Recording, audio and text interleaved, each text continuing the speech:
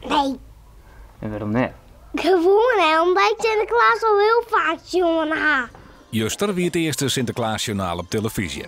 Daarin wie te zien dat het net helemaal goed ging met de pakjesboot. Nou, tot zover Dokkum, waar dus ook geen contact is met de stoomboot. Wat gebeurt daar? Dat grote boek van Sinterklaas!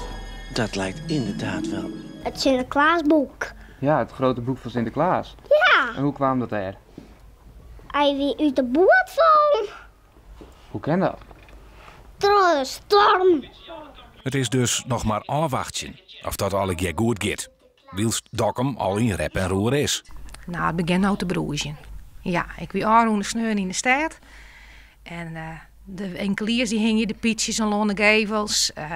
Toeristen die het in Dokkum winnen en die zeiden, wat bad je er eigenlijk? Ja, dus het libbert heel bot. De Pieten haar in het Sinterklaasjournaal nog net in beeld west. Maar op de burgerskwallen meiden ze haar daar net zo druk om. Maar we sjuggen het wel en alle Pieten zijn welkom. Lieke goed als dat alle bandjes op squallen welkom binnen. En ja, het spielertje net. Dat we nog even op de Pieten wachtje matten, komt vanzelfs toch de storm. Het waait echt heel hard. De band had ik bos alle betrouwen in Sinterklaas. Het komt wel goed hoor. Ja? Ja.